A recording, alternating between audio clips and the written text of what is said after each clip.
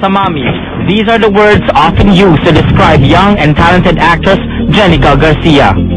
But now, as she truly continues to step out into her own spot in the limelight, marami na rin kontrobersyang kinakaharap ang batang aktres. Some controversies are even the same ones that were hurled at her mother, Jean Garcia, noong nagsisimula pa lang ito sa industriya. Controversies na nakalalampas sa mga mata at tenga ng kanyang malalapit na kaibigan sa industriya. Hence, the most wanted questions. Paps, gusto ko lang itanong sa ito Gusto ko lang malaman yung totoo. Gusto kong itanong sa itong question para malaman na rin ng lahat. Baka may mga nag-expect kasi, di ba? Napili ko tong question na to dahil alam mo na kung bakit. Wala na akong kailangan sabihin pa. Alam mo. Feeling ko, na-experience mo na to kasi, syempre, di ba, teenage life. Hay nako, Jenica, sagutin mo na nga to para maliwanagan ng mga tao. Laging magkasama ngayon. So, gusto kong malaman kung mag-yes ka pag ligawan ka. O, Papet, nakapili na ako. Sana, sagutin mo ito ng buong tapang at lakas ng loob. Controversies that have started taking shape at kailangan ng tuldukan ngayong hapon. Kaya naman, Jenica Garcia, there's no time to tremble under pressure. Dahil diretsahan na dito sa Gimme Mo. Mga kapuso, Jenica really is one of the sweetest girls in showbiz, but unfortunately, ang mga tanong na to ay hindi naman medyo sweet. But it has to be done, so let's begin. Please welcome on Gimme Mo, Jenica Garcia. Jenica. Hello. Hi, Jenica. You're so tall in person. Or maybe I'm just so small. Sit down, my dear. How are you? Wait. Okay naman. Congrats sa bagong show. Thank you, thank you, thank you. Ano, ready ka na ba? Sana naman akong choice eh. Okay, here we go. First question, Jenica. Here we do.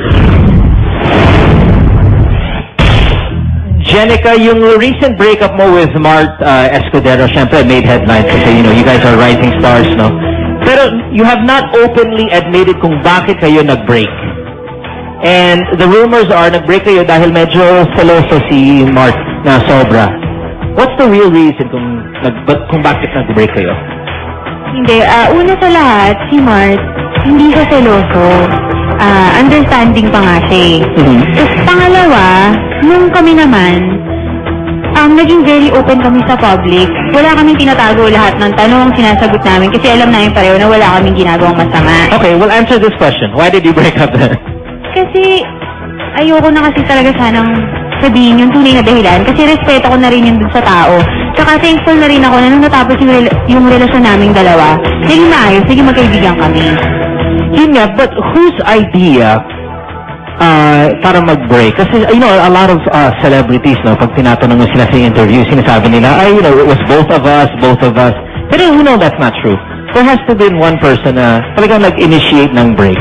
Sino yun? Kasi kung kaya ko namang sabihin at kung kaya kong pag-usapan yung breakup namin ni Mart, matagal ko nang ginawa. Kasi matagal na po yun. Kasi talaga kaya mo, next question na tayo. Pero kakasabi mo lang lahat ng tanong, lahat ng tanong sinasagot mo. Kami pa kasi nun, kaya lang kasi wala ni.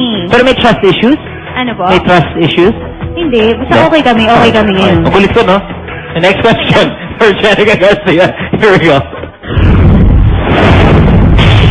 More relationship questions, Jenica, no? Okay. Sabi ni JC Chuseco na nakaroon daw kayo ng relationship. Pero ikaw, hindi ka nag-confirm.